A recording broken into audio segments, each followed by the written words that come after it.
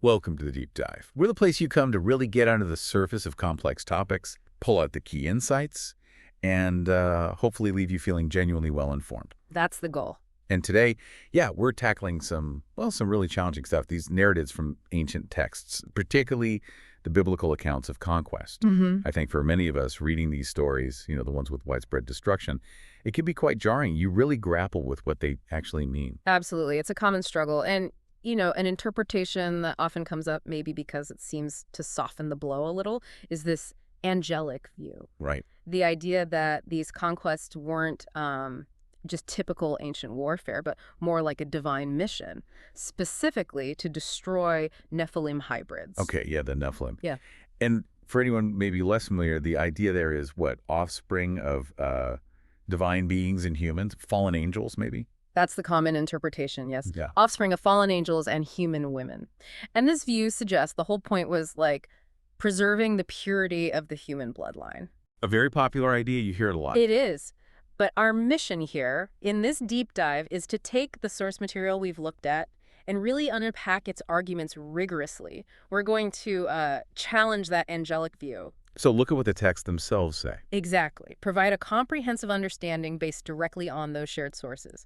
No external theories needed, just the text. Yeah, hopefully by the end of this, you, our listener, will have uncovered some frankly surprising facts and gain a much clearer, more nuanced view of these really complex ancient writings, cutting through the noise, Getting an informed perspective. Let's jump in. Okay, so let's get straight to it. What did these texts actually say is the reason for the destruction? Because the sources we reviewed argue this whole hybrid destruction idea is basically unsupported. Like, that's the core argument, yeah. It's presented as a complete fabrication when you look closely at the text. The real reason given consistently is iniquity. Wickedness. Iniquity. Think Genesis 15. It actually gives a time frame.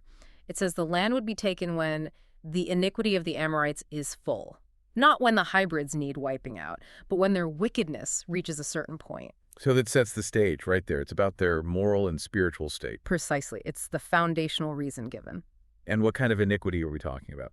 Because the texts don't just leave it vague, do they? No, not at all. Deuteronomy 18 is incredibly explicit. It lists the specific abominations God condemned. Things like making your son or daughter pass through the fire, child sacrifice. Horrifying. Absolutely. And divination, sorcery, witchcraft, consulting mediums or spirits, necromancy. It's a whole list of occult practices. And the key thing is? The key thing is there is nothing in that detailed list or anywhere else connected to the commands for destruction about hybridization. It's all about these abominable practices. So the purpose wasn't like genetic cleansing? No, the stated purpose was protecting Israel from that kind of deep spiritual corruption. Exodus 23 makes it plain. Thou shalt make no covenant with them, nor with their gods. Why? They shall not dwell in thy land, lest they make thee sin against me. Ah, so it's about preventing Israel from picking up those practices. It's spiritual contamination, not biological. Exactly. Don't let them stay, lest they cause you to sin. That's the explicit concern. Which fits with the ban on intermarriage too, right? In Deuteronomy 7. Perfectly. God says don't intermarry with these nations. But again, look at the reason given in the text. It's not because their DNA is corrupted. It's for they will turn away thy son from following me, that they may serve other gods. Always back to the spiritual allegiance. Worship, not genetics. It hammers that point home again and again. The concern is spiritual. It's about faithfulness to God versus idolatry. Okay, so the reason given is their wicked practices, and the goal is protecting Israel spiritually. But what about consistency? Did God only judge these nations this harshly? That's a crucial question, and the texts provide an answer. God applied a similar standard, a similar severity to Israel when they committed similar abominations. Really? Yes. Look at Deuteronomy 17. It prescribes stoning for Israelites caught practicing idolatry within the community. Wow. And Deuteronomy 21 even mentions stoning a persistently stubborn and rebellious son for things like gluttony and drunkenness if he refused all correction. It sounds harsh to us, but the principle was purging profound wickedness and rebellion against God's order from the community. So it wasn't about ethnicity or biology. It was about the practice, the behavior, the wickedness itself, no matter who did it. Exactly. The focus was consistently on purging abominable practices to maintain holiness and order, not on some inherent biological status. And what happened when Israel didn't follow through? when they failed to drive out these influences? Well, Psalm 106 gives a pretty grim picture of the consequences. It says, "They did not destroy the nations concerning whom the Lord commanded them, but were mingled among the heathen and learned their works." So they mixed with them Mm-hmm. and learned their ways. Exactly. And they served their idols, which were a snare unto them. Yea, they sacrificed their sons and their daughters unto devils. It details the spiritual degradation that followed. And crucially, Crucially, as the source material points out, the text makes no mention of any physical degradation, like, suddenly everyone turning into giants or something. But it certainly mentions the spiritual degradation, idolatry, child sacrifice. That was the disaster. that's a really powerful distinction. Okay, so the texts focus on iniquity. What of the counter-argument then? The lack of evidence for the hybrid view. Right. This is maybe one of the strongest points the sources make against the angelic view. It's the deafening silence on hybrid talk right through the Torah, the books where these commands are given. It's just not there. It's noticeably absent. If the entire massive, violent undertaking of the conquest was fundamentally about destroying genetic hybrids to save humanity, wouldn't you expect that to be mentioned? Clearly. Repeatedly. You really would. It seems like a rather important detail to just omit. It does. The argument follows that if you need another book, like the non-canonical Book of Enoch, to understand the reason for the conquest commanded in the Bible, then your understanding isn't really based on the Word of God anymore. You're bringing in outside ideas to explain the primary text. Potentially seeking secret insight, or maybe even drifting towards fables, as 2 Timothy warns about. The Bible itself should be clear on such a central point. And related to that, the commands are always about destroying nations because of their practices. Yeah. Not because the people themselves are inherently abominations. That's another key distinction. Nowhere does it say kill person X because they are an abomination by nature. It's always connected to the abominable things they do, their idolatry, their sacrifices, their occult practices. Okay, so the textual support for the hybrid view seems thin based on this analysis. What about what actually happened? Israel didn't fully succeed, did they? No, they absolutely didn't. The book of Judges is quite clear about this. Chapter 1 lists tribe after tribe failing to drive out the inhabitants completely. They remained in the land. So if the hybrid theory were true, what should have happened then? Well, logically, you'd expect one of two things, right? Either you'd suddenly see giants, these supposed hybrids, popping up all over Israel because of the intermingling. Right, because they failed to eradicate the hybrid DNA. Or perhaps you'd see the human line itself start to dwindle or become corrupted somehow.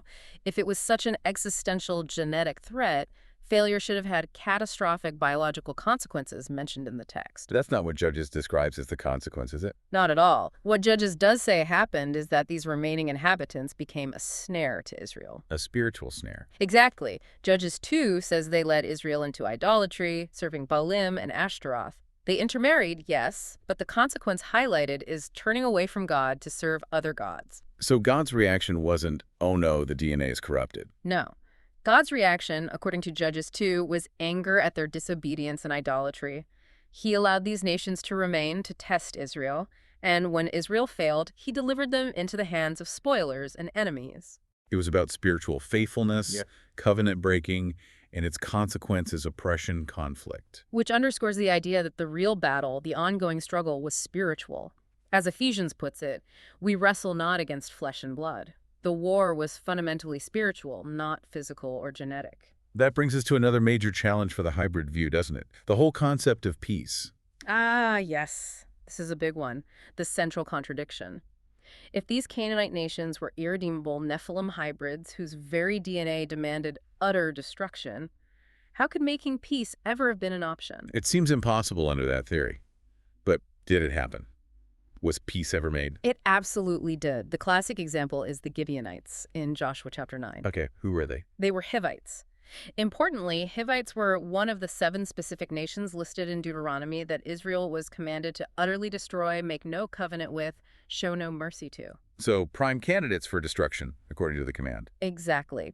But they heard about Israel's victories and God's power, and what did they do? They tricked Joshua, right? Yep. Pretended to be from far away. Yes, they used deception, moldy bread, worn-out clothes, and they explicitly told Joshua why they did it. Because it was certainly told thy servants, how that the Lord thy God commanded to destroy all the inhabitants of this land. Therefore we were sore afraid of our lives. They recognized God's judgment, but sought mercy. And Israel made a treaty with them before realizing who they were. They did. And even though Joshua was angry about the deception, Israel honored the oath they had made. The Gibeonites weren't destroyed. What happened to them then? They were integrated into Israelite society as hewers of wood and drawers of water for the congregation. It sounds menial, but it was actually a vital, recognized role supporting the tabernacle and later the temple. They became known as the Nethinim. So they survived and became part of the nation's religious life. Yes. They appear later in Chronicles, Ezra, Nehemiah, still serving. Now, how could that possibly happen if their fundamental nature, their DNA, was the problem requiring eradication? It just doesn't fit the hybrid theory at all. It really doesn't. That's a powerful counterexample. And then there's Rahab. Ah, Rahab. An even more stunning case, perhaps. A Canaanite woman living in Jericho, a city explicitly marked for total destruction, everyone in it. A harlot, the text says? Yes. Yet, she helps the Israelite spies, makes a deal with them, and because of her actions, born out of faith. She and her entire family are saved when Jericho falls? Exactly. Saved purely because of her faith, as Hebrews 11 later confirms, not because someone checked her ancestry or her DNA. And the truly astonishing part. The truly astonishing part is in Matthew chapter 1, the genealogy of Jesus Christ. Rahab is listed there. She's in the Messianic line. Wow. Okay, so that presents a huge problem for the hybrid view. It creates a massive dilemma. As the source material puts it snarkily, so either Rahab was some sort of anomaly, some unexplained exception to the supposed kill-all hybrids rule, or Jesus had Nephilim DNA. Which seems untenable theologically. It really strains the whole narrative. It forces an interpretation onto the text that creates more problems than it solves. The spies didn't vet Rahab's DNA. They responded to her confession of faith in God. It highlights her incredible faith, which the hybrid view kind of downplays, doesn't it? It does. It risks dehumanizing everyone in these cities as just monstrous hybrids, rather than people like Rahab capable of faith and redemption. Her story is a beautiful example of God's grace reaching even into a city judged for destruction. It shows anyone can be saved. Anyone willing to turn to God. We even see another example briefly in Judges, right? A man from Bethel. Yes, Judges 1. Israelites are besieging Bethel. They find a man, ask him to show them the entrance to the city. He does, and they let him and his family go free. Again, cooperation, not DNA, leads to deliverance. Okay, so individuals and groups within the 7 nations could be spared. What about cities outside that immediate area? Deuteronomy 20 makes a fascinating distinction. It says when Israel goes to war against cities very far off, so not belonging to these 7 Canaanite nations, What should they do? they must first offer terms of peace. If the city accepts and submits, the people are spared and serve Israel. Only if they refuse peace and fight back should Israel conquer them. So peace is the first option for cities outside the specific 7 nations. Yes. And why the difference? Deuteronomy 20 spells it out again. The 7 nations are to be utterly destroyed specifically so that they teach you not to do after all their abominations. So should ye sin against the Lord your God. There it is again. Spiritual protection, not genetics. Exactly. The implication is these specific 7 nations were so steeped in these abominations, they pose an immediate, intense spiritual threat. And as history showed, they largely had no intention of making peace anyway. Joshua 10 shows them banding together to attack Israel and even the Gibeonites for making peace. So the possibility of peace, whether with individuals like Rahab, groups like the Gibeonites, or whole cities further away, fundamentally undermines the idea that the war was about eradicating inherently irredeemable hybrid DNA. It really does. Peace was demonstrably possible for anyone willing to align with God's people and turn from wickedness. The conflict was about spiritual allegiance and judgment on persistent, abominable practices, not biology. Okay, let's try and pull this all together then. What's the main takeaway from this deep dive? I think the core insight is this. When you actually read the texts closely, the ones concerning the conquest, the narrative you find isn't about a war against human-angel hybrids. That idea just isn't supported by the details. Instead, what you see repeated consistently is a focus on God's holiness, the incredibly severe consequences of deep-seated wickedness and idolatry, and the absolute necessity for Israel to maintain spiritual purity and faithfulness to their covenant with God. So rather than looking for maybe easier explanations or relying on theories from outside the main texts. Right. Embracing what the biblical text is actually communicating, even when it's difficult, allows for a much richer, more direct understanding of why these events unfolded as they did, and what they might reveal about God's character and his dealings with humanity. It empowers you, the reader, to engage the text on its own terms. And maybe a final thought to leave everyone with.